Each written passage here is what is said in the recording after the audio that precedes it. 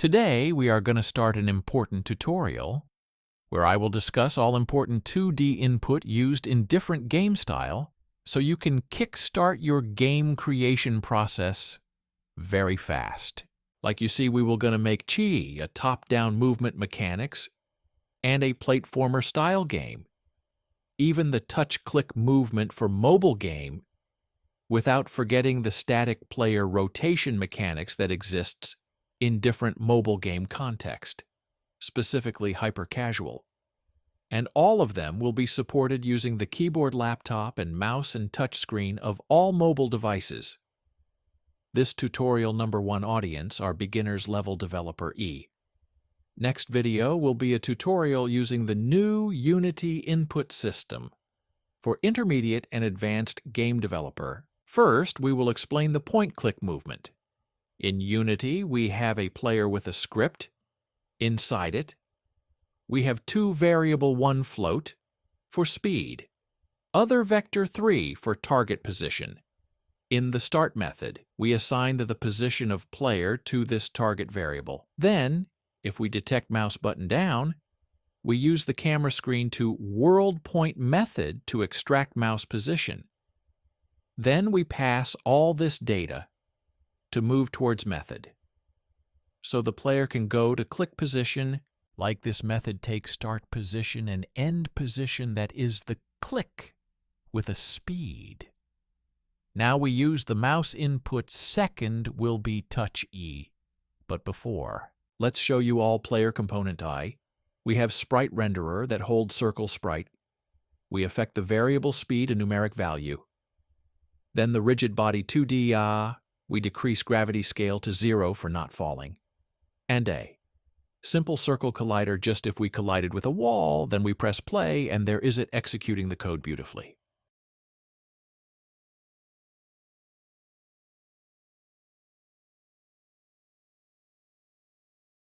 Now in touch support, we use the touch count from Unity Scripting API. If they're 1 finger touching the screen or more, we take the first finger. Like you know, there is 3 state of touching: began, moved, ended in began. We take the touch position in the screen like mouse position. We leave the target .z the same beginning value because we are in 2D, and we don't move in Z, then provide to move towards method like previously. For testing in our mobile device, we use Unity Remote 5i. But before we go to project settings in editor below, we chose the device E that is connected to our laptop with cable USB-C. Then press play. It work. So that is going well in mobile device. We go now to top-down movement. We start from script, because in this style we have 4 directions I. So we add 2 float variable 2 for horizontal direction and other 2 for vertical direction. In start method, we access our rigid body component. Then in update, we use the input axis for the 2 axis multiplied with speed.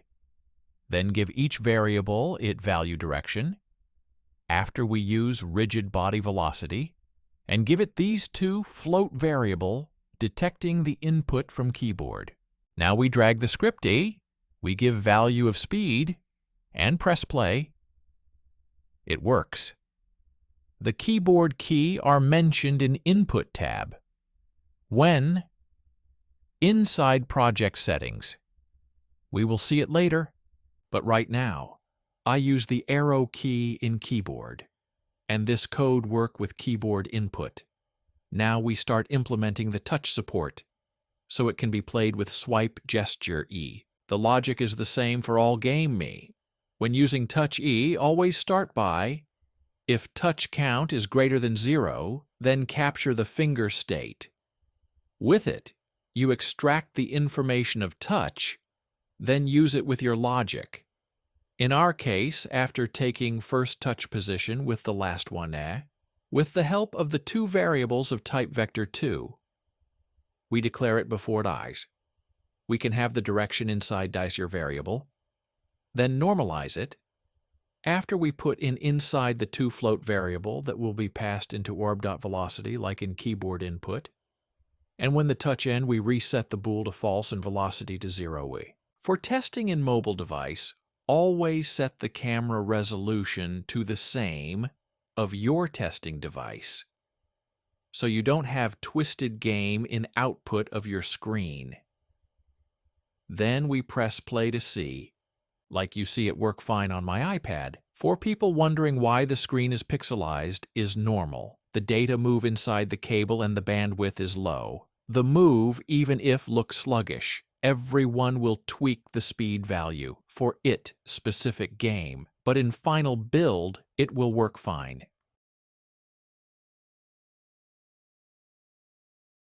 Now with joystick EI, in script we declare the fixed joystick, then inside fixed update. If joystick direction in y-axis different than 0, we pass data to velocity, else the velocity is set 0.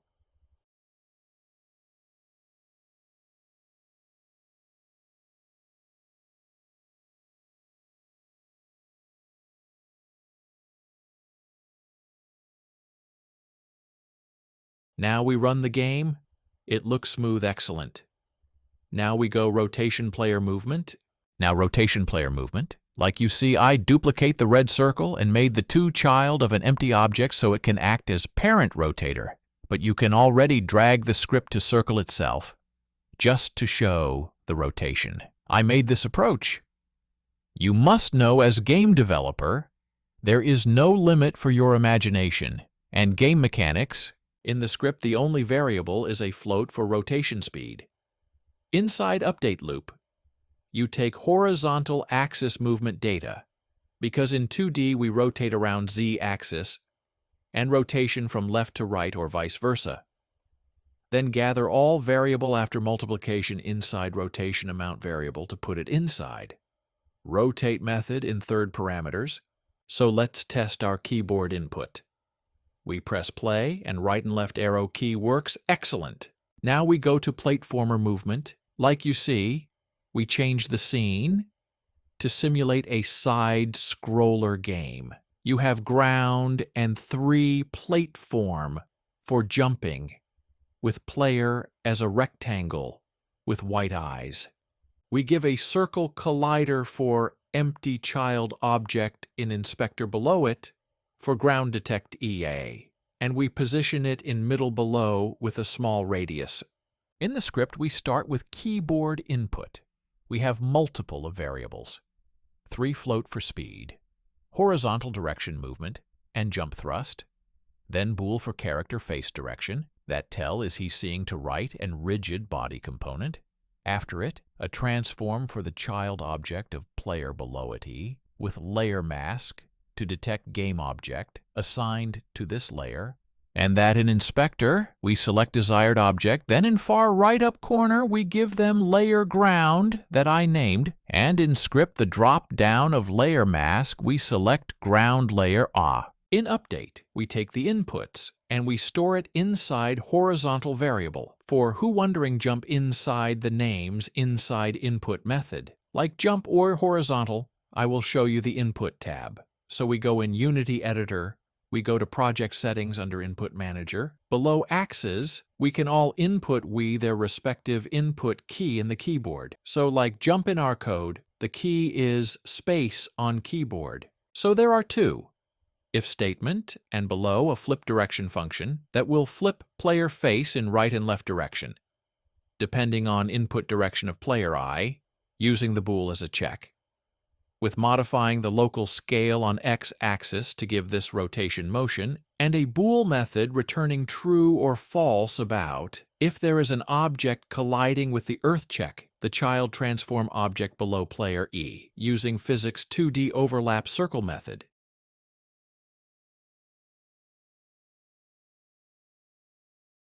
We press play, and wow, it worked nicely. The arrow key move right and left, and player face move direction. With space button I make the jump. You could see it stick a little bit with the corner of platform is normal because of player shape and the collider behavior, but is up to you to tweak the speed value and even the shape of your player. Now we go to start implementing the touch input. But for a complex game style like platformer, just one touch or swipe is not enough for multiple movement. So there is two options. One that use joystick. The other one use buttons on screen. So we go first with the buttons approach. Start using UI inside our canvas. Then drag 3 button, one for left, other for right direction, and last for jump. In settings of canvas, I chose render mode on camera, then increase layer override so nothing cover UI button. Then I drag the first button, and it will be about jump. Give it a yellow color, and put it in left bottom corner. Then duplicate it, and move to bottom right corner. And one will L letter, other R letter. I will spend more time on setting up the button, or fast forward to code. In the script, I declare 3 bool for checking movement: to right, other to left and last, if player is touching ground. Then a function that affect -1 to horizontal float variable when input is going left, and +1 for going right, else nothing. We set up horizontal to 0, then we must execute the function inside update loop. So in fixed update loop in rb.velocity, we pass the correct direction multiplied by speed inside vector 2. And for jumping button, we give it the jump button function. That have if statement that check if player touch ground, it could jump with jump thrust variable multiplied by vector 2.up_e. But I need to mention each button has an event trigger component that is added, and we select the pointer down and pointer up event for each of our 2 buttons, and the third button jump with just need on pointer down. Then inside it we drag player object that have the movement script E, and chose one of the 4 function inside script already highlighted in script previously with the name of pointer down else. When we finish, we press play to see our code executed. We press play, good at work. Well, even in mobile device E, the button interact perfectly with touch.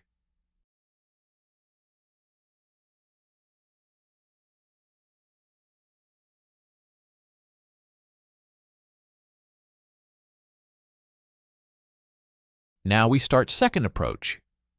In Package Manager, we import joystick package. After, we will see the folder that have prefabs. We chose any joystick like flexible or fixed.